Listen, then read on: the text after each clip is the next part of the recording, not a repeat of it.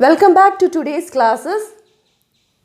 നമ്മൾ ഇതുവരെ create alter എന്ന രണ്ട് കമാൻഡ്സ് ഡിസ്കസ് ചെയ്തു. സോ ആരെങ്കിലും കഴിഞ്ഞ എപ്പിസോഡ് മിസ്സാക്കിയിട്ടുണ്ടെങ്കിൽ ഞാൻ ലിങ്ക് കൊടുക്കാം. Just go to that episode and then come back to this episode. Okay, so നമ്മൾ ഇന്നത്തെ ക്ലാസ്സിൽ insert, select, update, delete 4 commands discuss ചെയ്യാം. ഓക്കെ, അപ്പോൾ നമുക്ക് പഠിച്ചാലോ? നെക്സ്റ്റ് നമ്മൾ ഡിസ്കസ് ചെയ്യാൻ പോകുന്ന command insert command. Insert command use ചെയ്തിട്ട് നമ്മൾ എന്തെങ്കിലും ഒരു ഇൻസേർഷൻ നമ്മുടെ ടേബിളിലോട്ട് കൊണ്ടുവരണമെങ്കിൽ നമ്മൾ ഇൻസേർട്ട് കമാൻഡാണ് യൂസ് ചെയ്യുന്നത്. നമ്മുടെ കോളത്തിനകത്തോട്ട് എന്തെങ്കിലും ഒരു ഇൻസേർഷൻ കൊണ്ടുവരണമെങ്കിൽ we are using the command insert command. ഇനി നമുക്ക് അതിൻ്റെ സിൻടാക്സ് എങ്ങനെ എഴുതുന്നതെന്ന് നോക്കാം.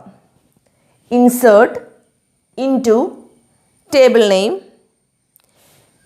എന്നിട്ട് ഇപ്പം നമുക്ക് 3 കോളത്തിനകത്ത് ഇൻസേർഷൻസ് കൊണ്ടുവരണം എന്നുണ്ടെങ്കിൽ ആ കോളം നെയിംസ് ഇവിടെ ഡിഫൈൻ ചെയ്ത് വെക്കണം.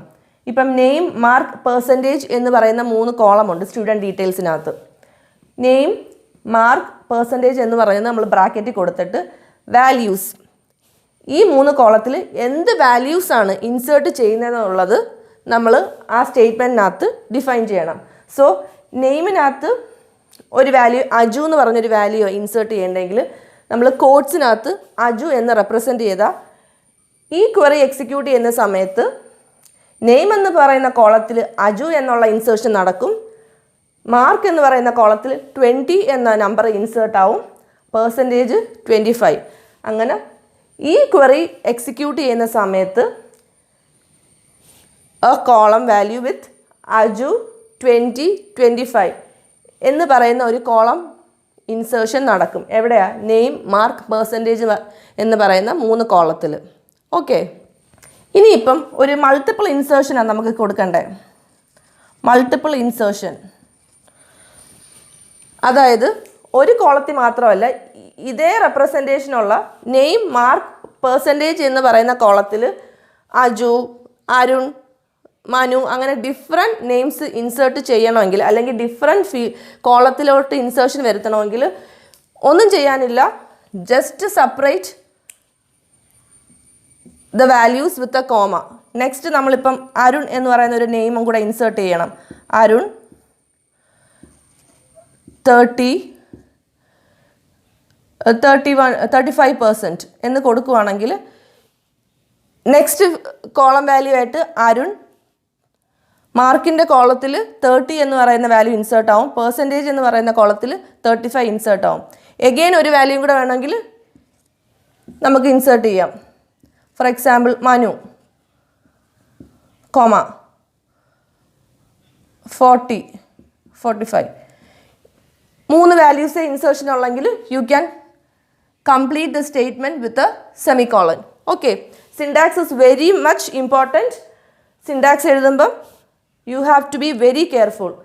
Capital letters insert into table name, you can write the table name, your declared table name. ഇപ്പോൾ സ്റ്റുഡൻറ്റ് ഡീറ്റെയിൽസ് ആണെങ്കിൽ സ്റ്റുഡൻറ്റ് ഡീറ്റെയിൽസ്, കോളം വാല്യൂസ്, നമ്മൾ കോളത്തിന് കൊടുത്തേക്കുന്ന names, column names must be correct.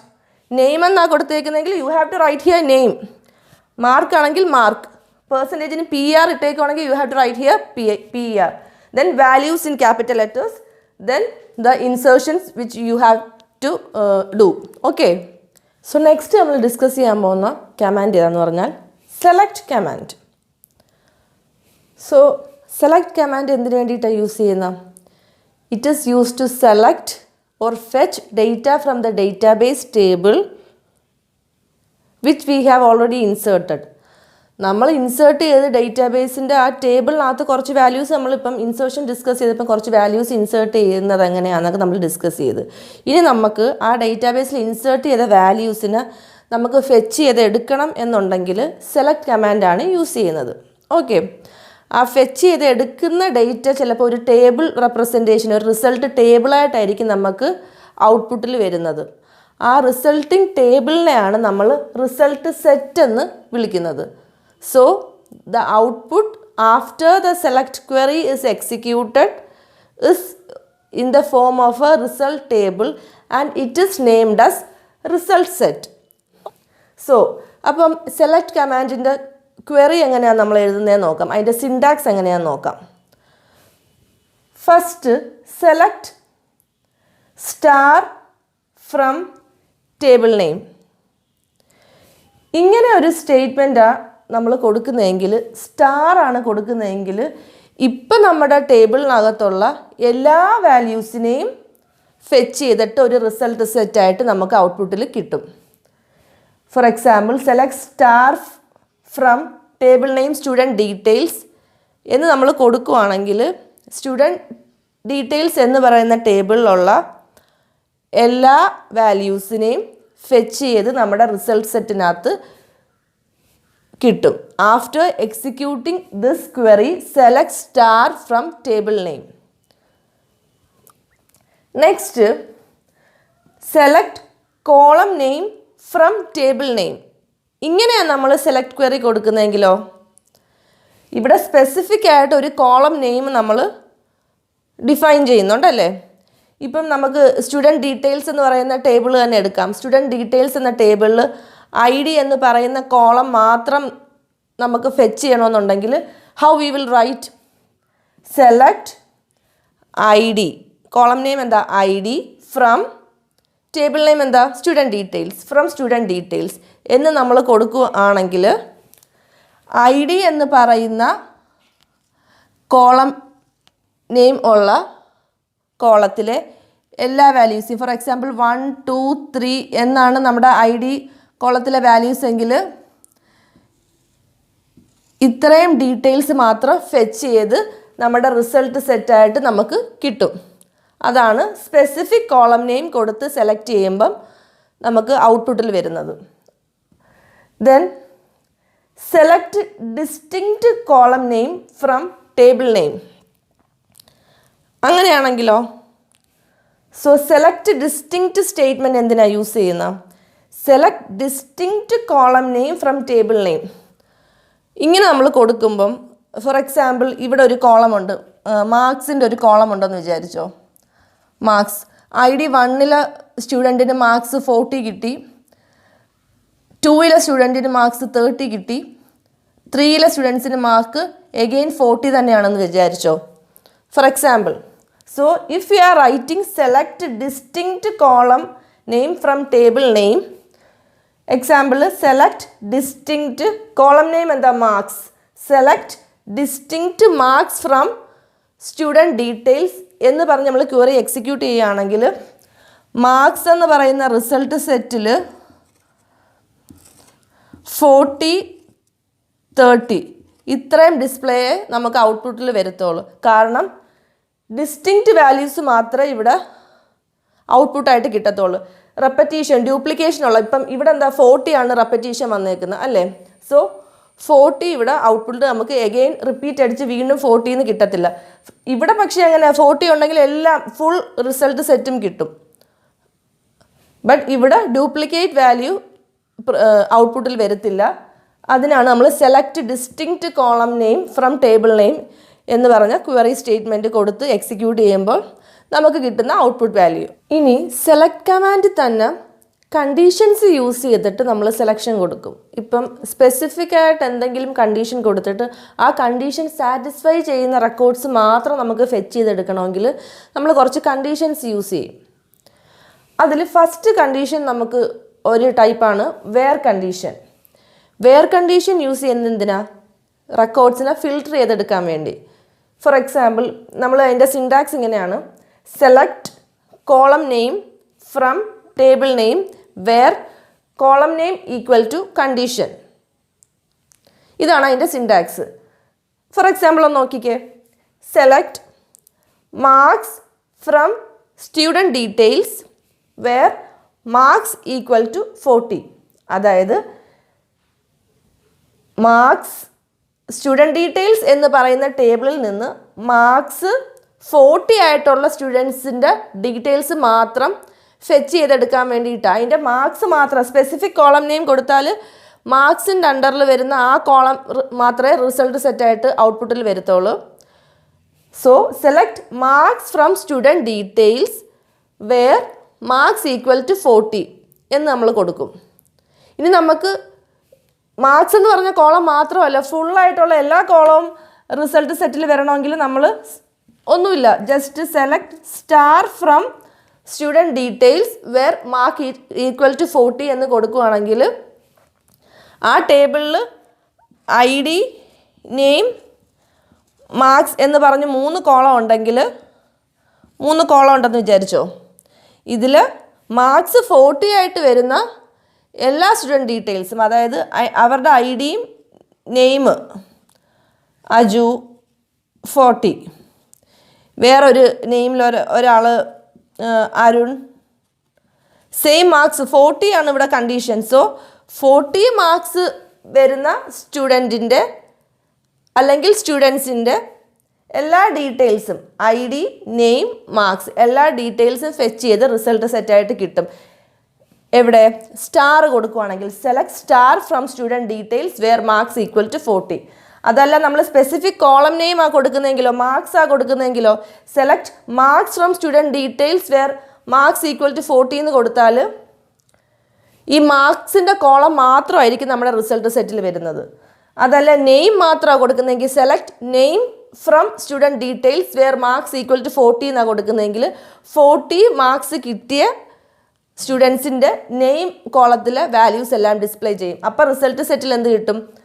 Aju, Arun എന്നുള്ള 2 value മാത്രമേ നമ്മുടെ റിസൾട്ട് സെറ്റിൽ കിട്ടത്തുള്ളൂ.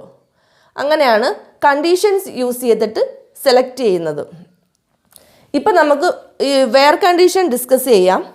ഫർദർ നമ്മൾ എക്സാമ്പിൾസ് വെച്ചിട്ട് വർക്കൗട്ട് ചെയ്യുമ്പോൾ ബാക്കിയുള്ള കണ്ടീഷൻസ് 1 by 1 നമ്മുടെ യൂസേജ് അനുസരിച്ച് നമുക്ക് ഡിസ്കസ് ചെയ്ത് പോകാം. എല്ലാം കൂടെ ഞാൻ ഒറ്റ ഈ ക്ലാസ്സിനകത്ത് ഡിസ്കസ് ചെയ്യുന്നില്ല. നമ്മുടെ next command update command. Update command എന്തിനാണ് യൂസ് ചെയ്യുന്നത്? നമ്മുടെ ടേബിളിനകത്ത് എന്തെങ്കിലും ഓൾറെഡി ഇൻസേർട്ട് ചെയ്ത് വെച്ചേക്കുന്ന വാല്യൂസിനകത്ത് എന്തെങ്കിലും അപ്ഡേഷൻസ് അല്ലെങ്കിൽ ചേഞ്ചസ് വരുത്തണമെങ്കിൽ നമ്മൾ അപ്ഡേറ്റ് കമാൻഡ് യൂസ് ചെയ്യും.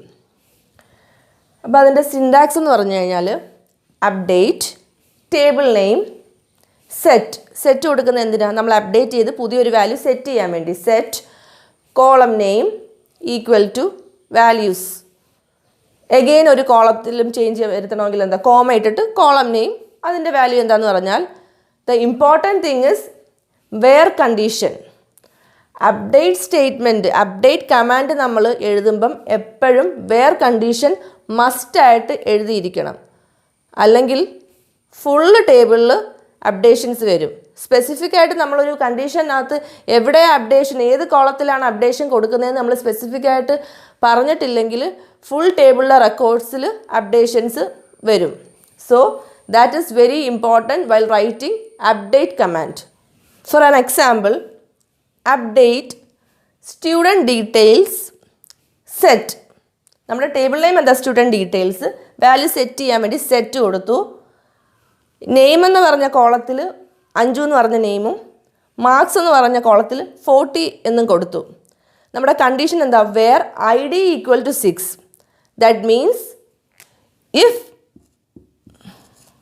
The column is having ID value as 6, നെയിമിൽ സം അതർ നെയിംസ് ആയിരുന്നെന്ന് വിചാരിച്ചോ, ID 6ഉം ഈ സ്റ്റേറ്റ്മെൻറ്റ് എക്സിക്യൂട്ട് ചെയ്യുന്നതിന് മുമ്പ് നമ്മുടെ ടേബിൾ വാല്യൂ ഇങ്ങനെ ആയിരുന്നെങ്കിൽ ID 6, നെയിം അനു, മാർക്സ് 30 അങ്ങനെ ആയിരുന്നു.